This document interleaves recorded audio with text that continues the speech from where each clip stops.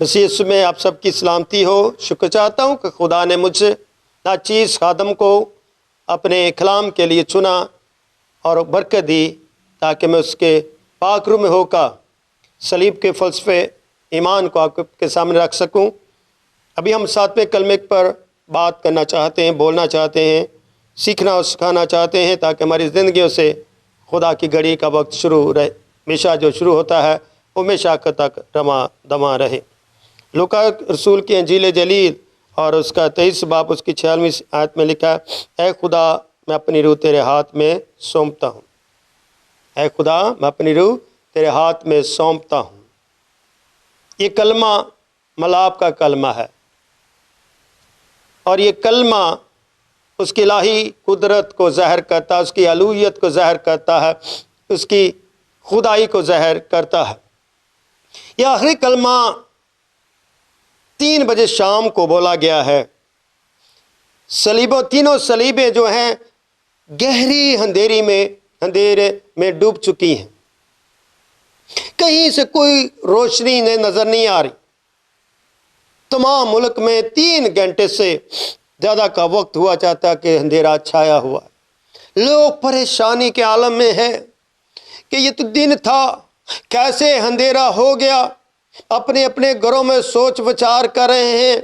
چرند پرند بھی اپنے اپنے گھونسلوں میں واپس جا چکے ہیں، اپنے بچوں کے ساتھ، وہ بھی اس بات چیت میں انسانوں کے ساتھ شریک و عمل میں ہے۔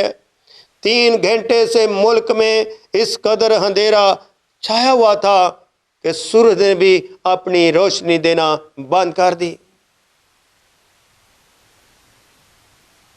اتنی اذیت تکلیف میں مسیح خداوند صلیب پر جب بولتے ہیں باپ میں اپنی روح تیرے ہاتھ میں سونپتا ہوں، تو خداوند نے یہ عیاں کر دیا، کلام مجسم میں عیاں کر دیا، اپنا مکاشفہ اس نے لوگوں کے آگے رکھ دیا، شیطان کو بتا دیا تو مجھے صلیب پر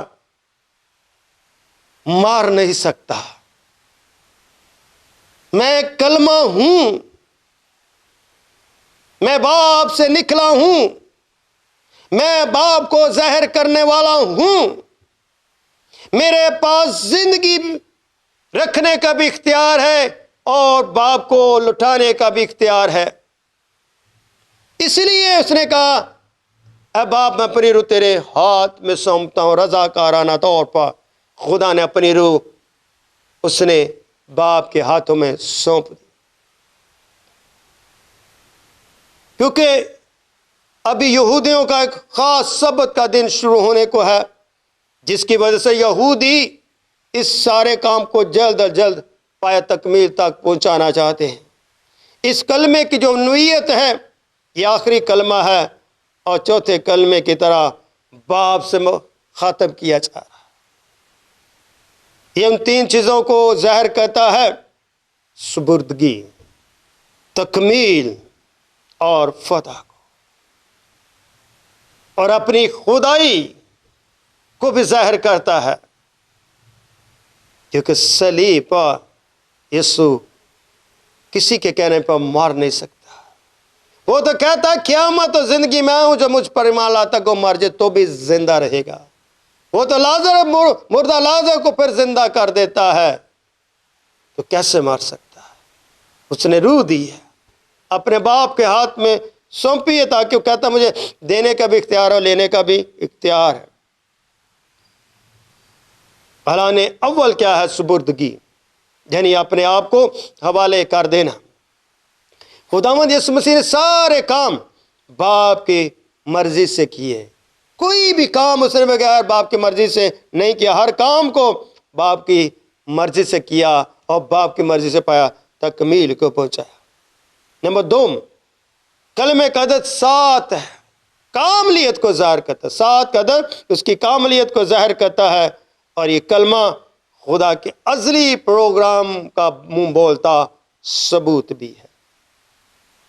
یہ کاملیت نجات کے سفر کا ایک نیا آغاز ہے۔ اس لیے یہ کلمہ میری زندگی کا مسکن بھی ہے۔ یہ کلمہ میری زندگی کی پرستش گاہ بھی ہے۔ یہ کلمہ پکارتا ہے کہ صلیب تسلیس کے دل پر کھڑی ہے، کیونکہ دنیا کا درمیانی صلیب پر ہے۔ یہ درمیانی اس کی نجات کو ظاہر کرتا ہے۔ کس کی نجات؟ میری آپ کی نجات کو ظاہر کرتا ہے۔ یوحنا روح کی نوعیت، یوحنا انجیل پہلا باب اس کی 14ویں آیت کے مطابق کلام مجسم ہوا، فضل و سچائی سے مامور ہو کا ہمارے درمیان رہا، ہم نے اس کا ایسا جلال دیکھا جیسے باپ کے عقل ہمارے درمیان رہا، یعنی ہمارے ساتھ رہا۔ اس کلمے کے مطابق یسوع المسیح انسانی طور پر انسان کے تمام تقاضوں کو پورا کرتے ہیں، اور اس کا پیدا ہونا عجیب، اس کا صلیب پر جانا عجیب، اور اس کا بولنا عجیب، اور اس کا مرنا عجیب۔ اس کی پیدائش فوق الفطرت طریقے سے ہوئی۔ انسانی بدن جو ہے روح جان بدن پر مشتمل ہے، مگر یسوع نے اپنی روح جب خدا کو سونپ دی تو پھر واپس لے کر اس کو جلال بھی بخشا۔ کس کو؟ اسی بدن کو، کیونکہ وہ جلالی بن۔ پہلے کلمہ معافی کا، دوسرا کلمہ نجات کا، تیسرا کلمہ محبت کا، چوتھا کلمہ کفارے کا، اور پانچواں کلمہ جسمانی دکھ یعنی کاملیت کا، چھٹا کلمہ فتح مندی کا، اور ساتواں کلمہ کاملیت کا۔ یہ صلیب جو ہے اب کاملیت کا نشان بن گئی ہے۔ اس لیے زندگی کا ہر لفظ زندگی کے مالک کی خوشخبری کو ظاہر کرتے۔ اس نے ہر پیشن گوئی کو پورا کیا ہے، کوئی بھی پیشن گوئی اس نے ادھوری نہیں چھوڑی، اس لیے وہ گناہ گاروں کا نمائندہ بھی ہے۔ وہ میرے گناہ کو لیے ہوئے میری ساری بیچارگی کو اس نے دور کر دیا۔ یہ آخری کلمہ انسانیت کا اور خدا کے ساتھ اس کے رشتوں کو مضبوط کر رہا ہے۔ یہ بشریت کے تقاضوں کو پورا کر رہا ہے۔ ہر یہودی سونے سے پہلے جب یہ دعا کرتا ہے کہ اے خداوند میں اپنی روح تیرے ہاتھ میں سونپتا ہوں، یہ اس کلمے کی حقیقت و ماہیت کو ظاہر کرتا ہے۔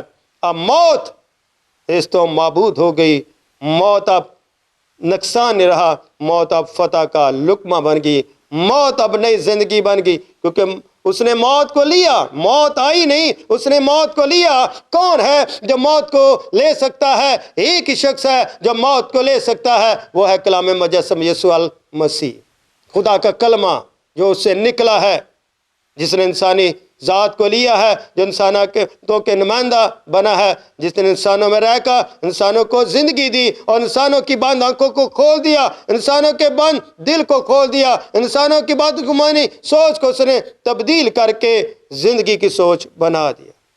یہ آخری کلمہ ایک نئی زندگی کا نشان ہے، ایک نئی زندگی کی حقیقت کو ظاہر کرتا۔ اب موت نہ رہی، بلکہ حقیقت کا لنگر بن گئی، زندگی کا لنگر بن گئی، نجات کا لنگر بن گئی، اسی منجی دہاں کے ساتھ جڑ گئی۔ اب موت کا اثر ختم ہو گیا، موت کا ڈر ختم ہو گیا، کیونکہ خدا نے اپنی روح جو ہے رضاکارانہ طور پر باپ کے حوالے کر دی، اور اس کو لینے کا بھی اختیار ہے اور جان دینے کا بھی اختیار ہے۔ جب خدا اپنی روح، کلام مجسم اپنی روح باپ کے ہاتھ میں سونپتا ہے تو گناہ اور موت اور قبر پر فتح کا اعلان کر دیتا ہے، اور یہ اعلان ایک ہی شخص کر سکتا ہے جس کا نام یسوع المسیح۔ یسوع کا مطلب ہی ہے کہ اپنے لوگوں کو ان کے گناہوں سے کیا دے گا؟ نجات دے گا۔ یہ نجات دہندہ ہی ہے جس نے مجھے موت کی ضرب ناک غضب ناک جو ہے دہشت سے رہائی دے کر مجھے زندگی اور فتح کے لیے جو ہے قوت بخشی، تاکہ میں ہمیشہ اس کے کلام سے ہمیشہ کی زندگی کے رازوں میں کھو جاؤں، اور زندگی کے مالک کے ساتھ وفاداری کے ساتھ رہتے ہوئے کلام کے وسیلے سے اس کلمے کی اور اس کلمے کی نوید کی اور نجات اور راست بازی کی